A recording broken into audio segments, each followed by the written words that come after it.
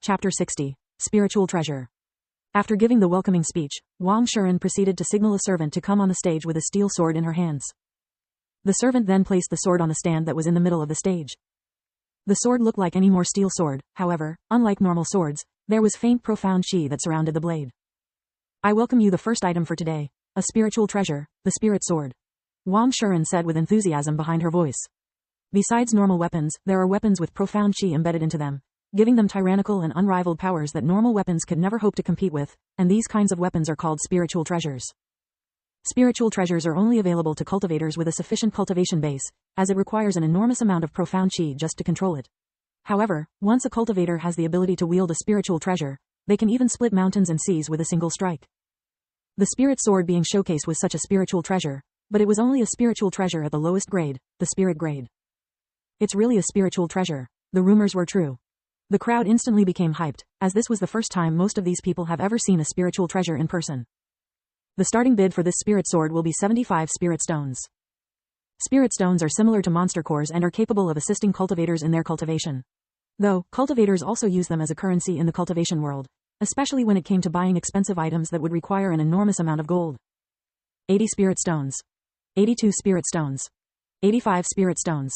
Instantly, the crowd began shouting their offer one after another. After a few minutes of fierce fighting with offers, the spirit sword was sold to a wealthy-looking young man, who looked to be a disciple for some sect, for 137 spirit stones. Although that amount didn't seem much, it should be worth mentioning that someone from a common background would normally not be able to afford a single spirit stone even if they worked for 10 years straight. In this world, one gold coin would be able to feed a normal family of 4 for many years, yet a single one of these spirit stone would cost at least 10 gold coins. This showed the difference between cultivators and mortals in the world they live in, and that even if you have the ability to become a cultivator, you may not be able to sustain yourself afterward for long. The requirement to become a cultivator and grow as one would require a large amount of resource and wealth, or else they would never truly grow, hence why all cultivators would join sects, as they are wealthy and powerful organizations that have the ability to provide them with such resources. However, it should be obvious that one would still be required to work relentlessly for these resources, unless they are some kind of super genius that would unconditionally receive the sect's assistance even if they refuse the help. Inside the VIP room, Su Yang barely reacted to the spirit sword. It was not even worthy enough to be in his sights, let alone worth his attention. Instead of paying attention to the auction, he was more focused on the young lady who was still earnestly sucking his divine rod, seemingly bewitched by some sort of spell that made her continuously thrust her head. Are you done yet? Su Yang suddenly said. I know this may be your first time doing this, but you really suck at it. He sighed and continued. If you continue like this, then I will have no choice but to stop you, as it's beginning to hurt from your techniques. Hearing his heartfelt complaints, Zhang Shuying instantly stopped her movements. I apologize to the esteemed guest for my lack of skills, even causing the esteemed guest pain when I am supposed to do the opposite, she said to him with a stiff expression after removing her wet lips from his crotch area. Please allow me a chance to redeem myself, esteemed guest, Zhang Shuying said with her head lowered, her voice sounding passionate. This caused Su Yang to raise his eyebrows. Why was she exerting so much effort just to pleasure him? What could she possibly want from him? Surely, she couldn't be crazy enough to do all this just to obtain his attention, right? Go on, Su Yang said after a moment of silence. Upon hearing his approval, Zhang Shuying instantly raised her head and smiled brightly. Yes. Zhang Shuying slowly stood up and began undressing in front of Su Yang, who watched without uttering a single sound.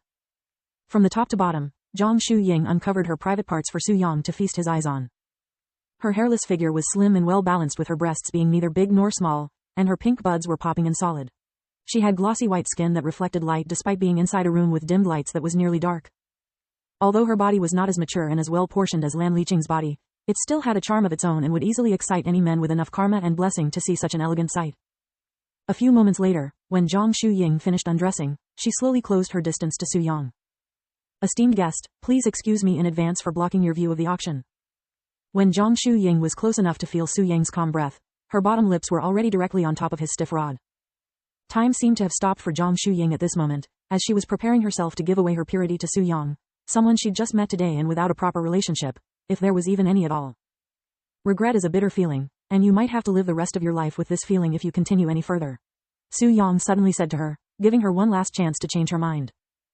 It is better to willingly give my first to someone as handsome and charming as you than to unwillingly lose it to that bastard, Wang Ming, she said with a bitter smile and glistening eyes, and she slowly lowered her body until her bottom lips touched the tip of Su Yang's penis. Wang Ming? Su Yang raised an eyebrow at her words.